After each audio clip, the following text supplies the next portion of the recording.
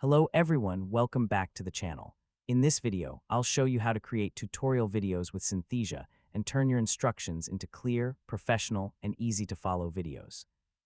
First, open Synthesia and create a new video project. Before you start editing, prepare your tutorial script and organize the steps in the correct order.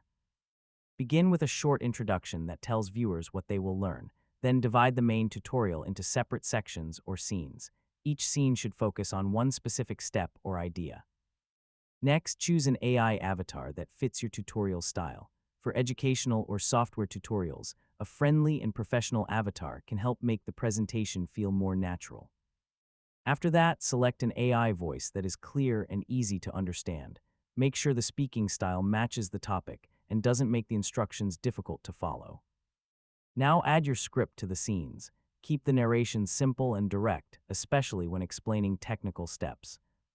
You can then add screenshots, images, videos, text, shapes, and other visual elements to support your explanation. Visuals are especially useful when you're showing where viewers need to click or what they need to do. Try to keep important instructions visible on the screen while the avatar explains them.